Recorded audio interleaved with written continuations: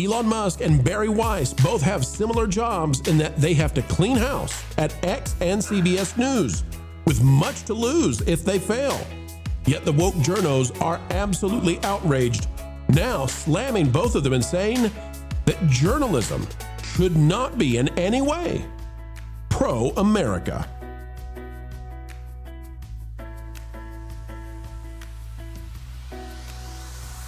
Hello and welcome back, ladies and gentlemen, where we explain entertainment, keep you ahead of the culture curve. It's what we do with a zeal that even the Holly weirds can feel. Today, we are diving into CBS News, the latest and how things are going with the evening broadcast, as well as how Bari can learn quite a bit from Elon. It turns out that the woke journos hate them both for the same reason, because they're anti-red, white, and blue, the journos, not Bari and Elon. Folks, click the like button, drop a comment down below, and let's go. It's time for another expose coming your way. Elon Musk and Bari Weiss have something very nice in common, and that is they're both going to have to clean up anti-American sentiment within their platforms. Out of Variety, this by Brian Steinberg. Bari Weiss's How You Spend Your Working Hours memo raises eyebrows at CBS News. Now, this is back from October, so this is not the new part of what we're going to be discussing tonight, but I just want you to see that the anti-Bari Weiss efforts at CBS have been there ever since she was put in charge by the Ellisons.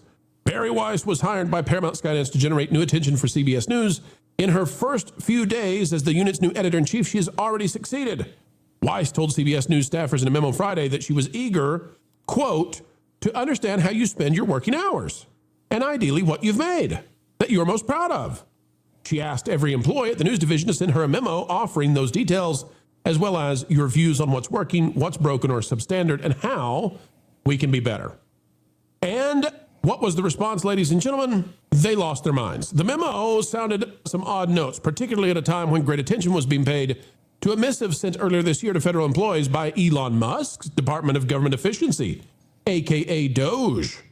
Oh no, Bari Weiss was pulling an Elon. Was she going to go into X territory? Well, they don't like either Bari and they don't like Elon. And the reason is because of this kind of stuff, folks. Take a look at this. This is what happens every single day on X now that Elon Musk has cleared out the corruption at that platform to a large degree, not perfectly. Elon Musk is responding to C3. You can't make this up. Creative Minds Daycare, we'll click on this. We love it. Creative Minds Daycare was shut down in Minnesota, of course. Oh, no. And the next day became Super Kids Daycare. In 2025, Super Kids received $2.4 million. Creative Minds Daycare was run, folks, this is being alleged, by this individual who was found guilty of lying under oath about the handling of absentee ballots. And of course, Elon has a platform that now puts this out there every single day, and he gets to comment on it and say, that's interesting, isn't it? And that's what Bari Weiss wants to do with CBS. She wants to be covering this kind of stuff, and they don't want to let her. But what is really at the center of this, ladies and gentlemen? What is it that drives the drive-bys mad when it comes to Elon and Bari Weiss? Well, to find out, let's go to the New Republic, and let's just let loose for a minute, because this is what they truly think. From TNR, Bari Weiss is dead wrong. Good journalism isn't about being pro-America. And by the way, Elon, who has been definitively pro-America, has the same kind of vitriolic response to him from these people. Mm-hmm. The CBS boss and her new evening anchor have released new principles. Among them, We Love America.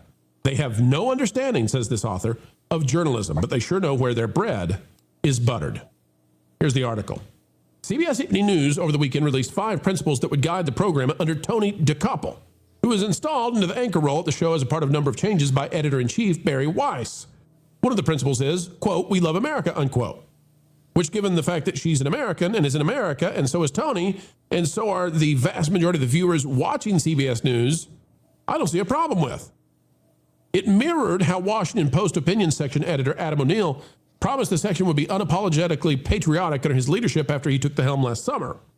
Weiss is blocking anti-Trump content from being aired. What? I don't remember that. O'Neill is directing an editorial page that now constantly defends the president, including an editorial on Saturday extolling Trump unilaterally overthrowing the Venezuelan government. That was a dictator who was not elected, who is a felon, who is now going to face trial. That rightward shift is exactly what the billionaires, David Ellison and Jeff Bezos, who installed these new execs, were aiming for. And basically what this article goes on to say is that being pro-America is being anti-journalism. That's the message. That is why these journalists, in the corrupt effort to sway the American populace, that is why they hate what Bari Weiss is doing at CBS. This is why they hate what Elon is up to at X. They hate losing the narrative, and they hate not being able to hate every day on America. Marvin? So just to follow the train of thought here, if being anti-journalism is being patriotic, then hating America is pro-journalism? Yeah, well, logic says that seems to be the way. I can't see it other way, Marvin. Well, I mean, if what you consider to be journalism is things like MSNBC and Rachel Maddow and stuff like that, yeah, I guess I can follow that logic. But in the real world, loving your country should not be offensive. Now, I don't know if you guys saw this, but the Delta commander who was in charge of this thing of getting Maduro, there's a journalist out there, so-called journalist, who tried to leak that guy's identity and his address, all, of course, leading to danger. And, I think that the journalists out there, I'm not sure they're pro-America. And why should I think that? The article is literally saying you can't be pro-America and be pro-journalism. But the problem with that is, let's carry that out to its logical end and see if it's a fallacy, right? So, Wizard, here's the thing for the journalists. Can you be pro-human and be a journalist? Because if you can't be pro-human and be a pro-journalism, I don't know what it is we're doing journalism for. Well, there's two major factors involved here. First, negativity sells. And the second thing is these journalists are not the free press. There is no such thing as the free press other than the words free and press. Journalists, especially these modern day journalists and anybody that's upset about what Bari Weiss is doing and the changes that are being made with CBS, they're bought and paid for by corporations. They have corporate donors that control a lot of the media. The journalists are going to refrain from saying things that are going to hurt the people paying for their advertising. And it all goes up from there. And it's very concerning because there are lots of things that should be covered, and they should be covered in bipartisan ways. You should not be covering things in ways that there's a slant that is that's the misinformation, and that's what's scary. Well, and it's been like that for some way. So it's nice to see that not only is it being called out, but you could see that they're scattering. It's like it's like they're a vampire, and we've opened up the sunlight coming in through the window. That's what's happening. Here's the thing, Culture. If you're not pro-America, what are you pro? Like, what are you vouching for? What is your aim exactly? So if you're not pro-America, right, and America seems to be the leading nation in terms of Western society. Is it China? Is it Russia? Is it Iran? Is it North Korea? Is it a concept that you want to talk about? Right. I don't know. Say it. Go ahead, Culture. He's got the bell ready. No, I just look. The fact that now let you down, Marvin. He let you down.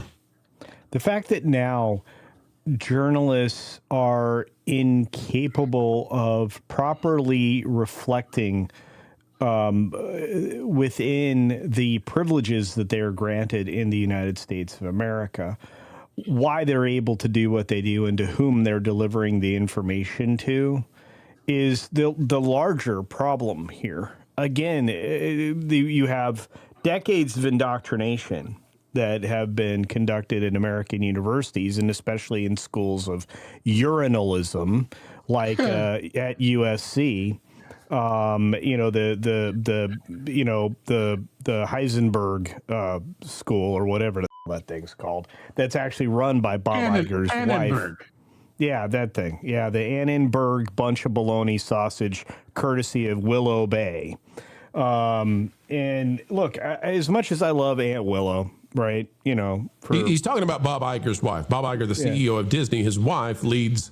She's the dean of journalism at USC. Urinalism, get it right. Urinalism. Apologies, yes. And look, I mean, Columbia University has their own, dean of urinalism. They all have been teaching everything but the actual act of urinalism, which is why Catherine Herridge, former CBS reporter, had to come out yesterday, actually, and talk specifically about the very many reasons she got fired from CBS when they were woke AF.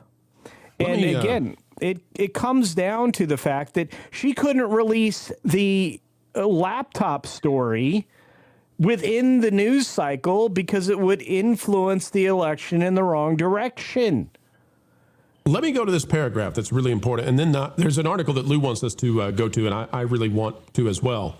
Sure. This is the crux of the matter from the New Republic, and this is why they hate Elon. This is why they hate Bari Weiss. It says from the author, but while I want to emphasize that journalism that is critical of America can still be patriotic, it's also fine if journalism or individual journalists are not particularly pro-America. Okay, then what are you? Are you pro-China? Are you pro? And if that's what you are, then what is the slant?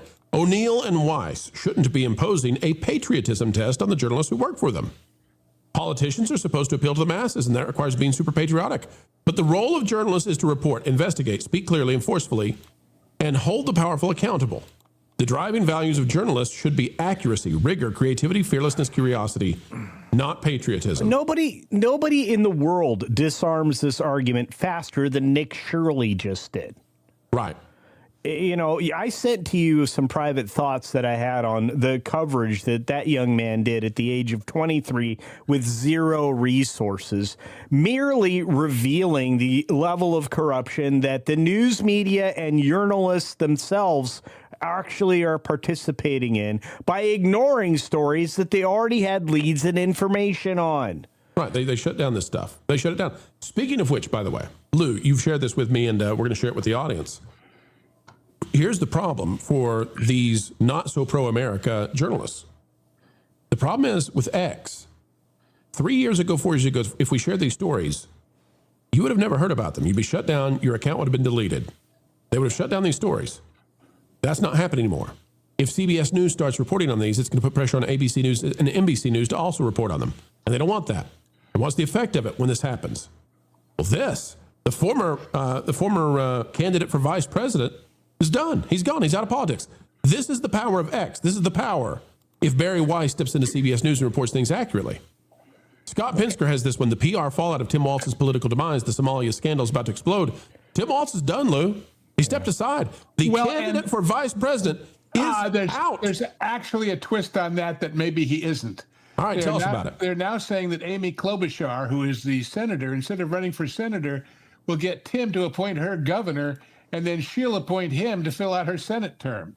That way she doesn't become a target of whoever else he can talk to do something ridiculous. But the reason I'm sharing this article, and I leave it to everybody to go ahead and read, is first of all, if you think it was just whoever it was we were just looking at, New Republic, there was a whole list in this article of all the articles, Salon, NPR, The Intercept, Star Tribune, MS Now, The Hill, Boston Globe, The Atlantic, The Guardian, all about why it's all BS and it's all just Trump and there is no fraud. The problem is that once Waltz resigned, they can't say there's nothing. Well, if he does resign, but withdrawing from the governor's race, it's going to be difficult for them to do exactly what you said. Well, read this article and see what happens at the end, because the point is he only made it worse because they don't have him to hide behind anymore. Right. And by the way, get the hearse for legacy media, because if Bari Weiss and Elon continue to do what they do, and by the way, they can't dislodge Bari Weiss because the Ellisons have invested $150 million into her. Yeah, you did a brilliant video earlier today, and you're 100% correct. And look, and I hate to say something that goes against what very eloquently was said by the real life fake wizard, but Bari Weiss is the free press. And the great line from this, I just want to read. He says, if there's one thing American people believe about their politicians, it's they're ambitious, arrogant, power-hungry SOBs. Doesn't matter if you're on the left or the right, it's universally understood that nobody enters politics without an insatiable desire for power, prestige, and privilege. Otherwise, there's no reason to spend millions of dollars and have your name dragged through the mud just to win a job that pays six figures. Every mayor dreams of becoming governor, and every governor dreams of becoming president. They work, they plan, they scheme for a lifetime, and everything goes according to plan. They just might win the biggest prize of all, the top seat in the Oval Office, which is why the American people assume that Governor Walz must have a compelling reason for throwing in the towel. Holy guacamole, that Somali fraud scandal must be even worse than we know. Oh, of course it is. And that's what this article is. Just brilliant. It's just brilliant. Go read it, everybody. PJ Media is an excellent site. I'll just say it that way. I don't remember if it was Chado or if it was Andre. Somebody on Minute's Edge in the morning this morning said, it's not about what he didn't resign because of what was already uncovered. He resigned because of what's about to be uncovered. Oh yeah, that's right. That's right. Yep. But in the former media, none of that was stuff. None of that stuff would come out. Ron, there's another side of this, and if you'd be so kind, you can pass on this if you want. But when it comes to Venezuela, the media is sort of being forced to do the right thing, sort of. Sorry, Margaret Brennan over at CBS, but because of X, because there's a pushback now. The media doesn't know what to do with this story. They have no idea how to cover it because they don't want to give any kudos to the Orange Man. Yeah, and what choice do they have when 29 million Venezuelans are super excited about what happens? Of course, I'm close to this. My wife's from Venezuela, and that morning when she got the news, I mean, tears streaming down her face, all the family calling each other. I mean, it's a day that Venezuelans have been waiting for years. And we had a discussion about how it all happened from the start. It was a really fast situation.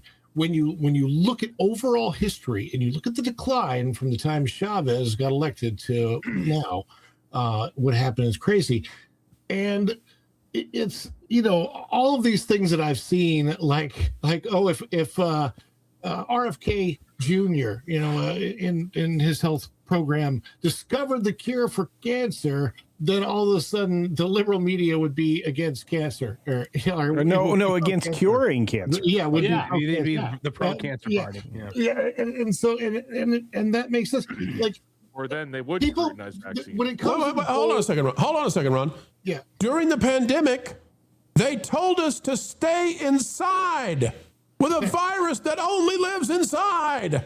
Yeah. So of course they would be. I have to say it over and over because it's such insanity. They filled in the skate parks so you couldn't. They kicked you off the beaches.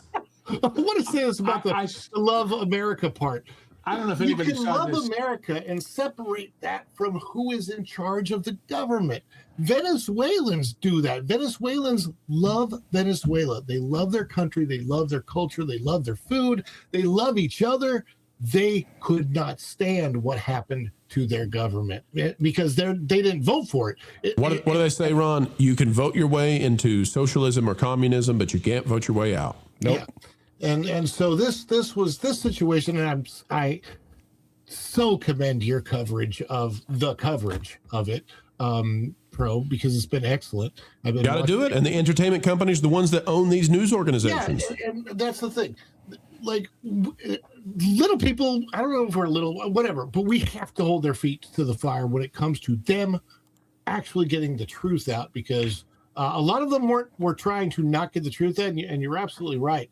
There's way too many people that are, because of X and because of the new media, that are saying no. You gotta report the truth on this. You gotta stop lying. That's right. And listen, Barry Weiss probably doesn't agree with me politically. That doesn't mean that Barry Weiss wants to slant the news, and that's what they can't stand. That's what they are not used to having. This is not a Dan Rather situation where we know the man lies. Lou? Well, I was going to say somebody, Rogues Gallery Wingnuts, talking about Maduro and Diddy being in the same prison.